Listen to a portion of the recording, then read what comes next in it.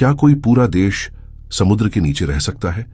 सुनने में यह असंभव लगता है, लेकिन यूरोप में एक देश है जहां लाखों लोग ऐसी जमीन पर रहते हैं जो समुद्र तल से नीचे है, और फिर भी वह देश हर साल डूबता नहीं। यह है नेदरलैंड्स, एक ऐसा देश जिसने पानी से लड़ाई नहीं की बल्कि उसे कंट्रोल करना सीख लिया। लेकिन असली सवाल यह है, अगर समुद्र लगातार दबाव डाल रहा है तो पूरा देश आज तक बचा कैसे हुआ है? क्या सिर्फ दीवारें काफी हैं? नहीं, इसके पीछे छिपा है इंजीनियरिंग, फिजिक्स और जल विज्ञान का सबसे बड़ा चमत्कार। आज हम समझेंगे कैसे डच इंजीनियरों ने समुद्र को पीछे धकेल दिया, कैसे उन्होंने नई जमीन बनाई, और कैसे एक मेगा स्ट्रक्चर पूरे देश को तूफानों से बचाता है। कल्पना कीजिए, आप समुद्र किनारे खड़े हैं, लेकिन अचानक आपको पता चले कि आपके पीछे जो शहर है वह समुद्र से नीचे स्थित है। अगर सुरक्षा टूट जाए तो कुछ ही घंटों में पूरा इलाका पानी में बदल सकता है। यही वास्तविकता है नीदरलैंड्स की। आज देश का लगभग 26% हिस्सा समुद्र तल से नीचे है और लगभग 60% आबादी ऐसे क्षेत्रों में रहती है जहां बाढ़ का खतरा हमेशा मौजूद है। तो फिर इतने बड़े खतरे के बावजूद लोग यहां बसे ही क्यों? क्योंकि यह जमीन बेहद उपजाऊ थी। नदियां, समुद्र और मिट्टी व्यापार और खेती के लिए आदर्श थे। लेकिन इसके साथ आया एक स्थायी दुश्मन, पानी। नेदरलैंड्स का भूगोल समझना बहुत जरूरी है। यह देश राइन, म्यूज और स्केल्ट जैसी विशाल नदियों के डेल्टा पर बना है। डेल्टा मतलब वह जगह है जहां नदी समुद्र में मिलती है। यह क्षेत्र स्वाभाविक रूप से दलदली और निचला होता है। हजारों साल पहले यहां बड़े बड़े वेटलैंड्स थे जिनमें समुद्री पानी अंदर तक घुस आता था। लेकिन समय के साथ लोगों ने यहां रहना शुरू किया। पहले उन्होंने मिट्टी के छोटे टीले बनाए जिन्हें टर्प कहा जाता था। लोग अपने घर इन्हीं ऊंचे टीलों पर बनाते थे ताकि बाढ़ से बच सकें। लेकिन यह स्थायी समाधान नहीं था, क्योंकि समुद्र हर साल और ज्यादा ताकत से हमला करता था। फिर शुरू हुई मानव इतिहास की सबसे लंबी इंजीनियरिंग लड़ाइयों में से एक। डच लोगों ने सबसे पहले बनाया डाइक, यानी एक विशाल मिट्टी या पत्थर की दीवार जो पानी को रोकती है। शुरुआत में ये छोटे थे, लेकिन धीरे धीरे पूरा नेटवर्क बनने लगा। गांव, फिर शहर, फिर पूरे क्षेत्र डाइकों से घिरने लगे। लेकिन यहां एक बड़ा वैज्ञानिक सिद्धांत काम करता है। पानी हमेशा ऊंचाई से नीचाई की तरफ बहता है।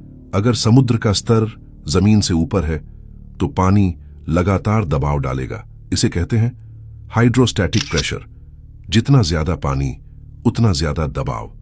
यानी डाइक सिर्फ दीवार नहीं थी, उसे इतना मजबूत बनाना पड़ता था कि वह लगातार समुद्री दबाव सह सके। इसलिए आधुनिक डाइक सिर्फ मिट्टी के ढेर नहीं होते, उनके अंदर लेयर्ड इंजीनियरिंग होती है।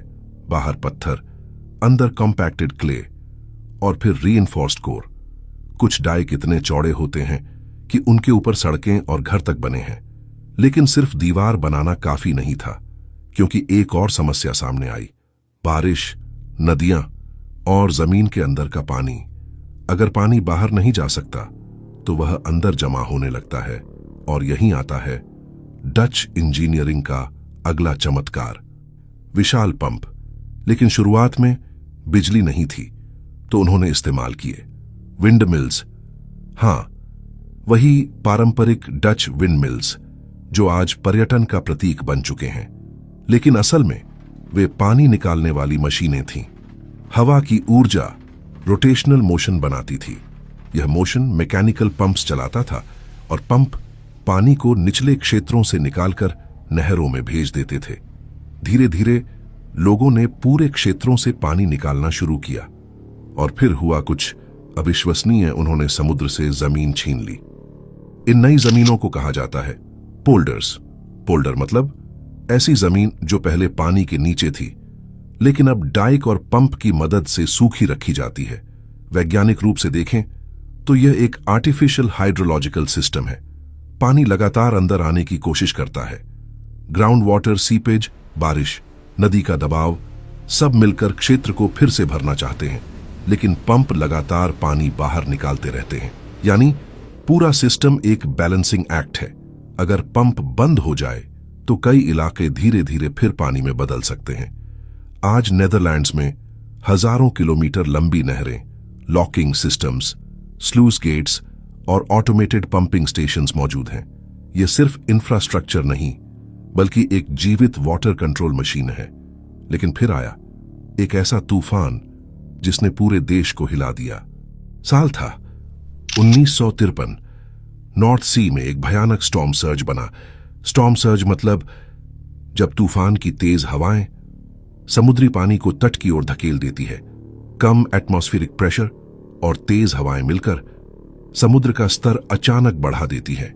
उस रात लहरें डायकों के ऊपर से गुजरने लगीं, कई जगह दीवारें टूट गईं और फिर समुद्र देश के अंदर घुस गया। हजारों घर बह गए, हजारों लोग मारे गए। कुछ क्षेत्रों में पानी कई मीटर तक भर गया। यह सिर्फ प्राकृतिक आपदा नहीं थी, यह एक चेतावनी थी। अगर नेदरलैंड्स को बचाना है तो उन्हें समुद्र से ज्यादा स्मार्ट बनना होगा। और इसी के बाद शुरू हुआ डेल्टा वर्क्स। डेल्टा वर्क्स मानव इतिहास की सबसे बड़ी जल इंजीनियरिंग परियोजनाओं में से एक है। यह सिर्फ एक दीवार नहीं, यह है dams, storm surge barriers, locks, sluices, levees और मूवेबल गेट्स का विशाल नेटवर्क। इसका उद्देश्य था समुद्र को कंट्रोल करना। लेकिन यहां सबसे अद्भुत हिस्सा है, कुछ बैरियर्स स्थायी रूप से बंद नहीं रहते। वे सामान्य दिनों में खुले रहते हैं ताकि जहाज गुजर सकें और इकोसिस्टम संतुलित रहे। लेकिन जैसे ही बड़ा तूफान आता है, पूरा सिस्टम सक्रिय हो जाता है। सबसे प्रसिद्ध संरचना है मैसलांडकरिंग। यह दुनिया के सबसे बड़े मूवेबल स्टॉर्म बैरियर्स में से एक है। इसमें 2 विशाल फ्लोटिंग गेट्स हैं। हर गेट इतना बड़ा है कि आईफिल टावर भी उसके अंदर फिट हो सकता है। सामान्य समय में ये गेट्स किनारे पर खुले रहते हैं, लेकिन जब कंप्यूटर सिस्टम डिटेक्ट करता है कि समुद्री स्तर खतरनाक सीमा पार कर सकता है तो पूरा सिस्टम अपने आप बंद होने लगता है। गेट्स पानी पर तैरते हुए घूमते हैं, फिर धीरे धीरे चैनल को सील कर देते हैं और फिर समुद्र का पानी शहरों तक नहीं पहुंच पाता। यह पूरा process hydrodynamics, fluid pressure, weather prediction और ऑटोमेटेड कंट्रोल सिस्टम्स पर आधारित है। यानी यह सिर्फ मैकेनिकल इंजीनियरिंग नहीं, यह रियल टाइम साइंस है। लेकिन कहानी यहीं खत्म नहीं होती, क्योंकि अब नया खतरा सामने आ चुका है, क्लाइमेट चेंज। ग्लोबल वार्मिंग की वजह से समुद्र का स्तर बढ़ रहा है। जब बर्फ की चादरें पिघलती हैं तो समुद्र में पानी बढ़ता है। इसके अलावा गर्म पानी फैलता भी है। इसे कहते हैं थर्मल एक्सपेंशन, और इसका मतलब है भविष्य में समुद्र और ऊंचा होगा। साथ ही तूफान भी ज्यादा शक्तिशाली हो सकते हैं। यानी वही सिस्टम जो आज देश को बचा रहा है, उसे भविष्य में और ज्यादा मजबूत बनाना पड़ेगा। इसलिए नीदरलैंड्स लगातार नई तकनीकें विकसित कर रहा है। Floating houses, smart flood plains, adaptive barriers, AI based water prediction systems. कुछ जगहों पर वे पानी को रोकने की बजाय उसे जगह देना सीख रहे हैं। इस कंसेप्ट को कहते हैं रूम फॉर द रिवर। यानी अगर नदी फैलना चाहती है तो उसके लिए नियंत्रित जगह बनाई जाए ताकि शहर सुरक्षित रहें। यह सोच पुरानी इंजीनियरिंग से अलग है। पहले इंसान पानी को हराना चाहता था, अब वह उसके साथ संतुलन बनाना सीख रहा है। और शायद यही नेदरलैंड्स की सबसे बड़ी सीख है। उन्होंने प्रकृति को खत्म नहीं किया, उन्होंने उसे समझा,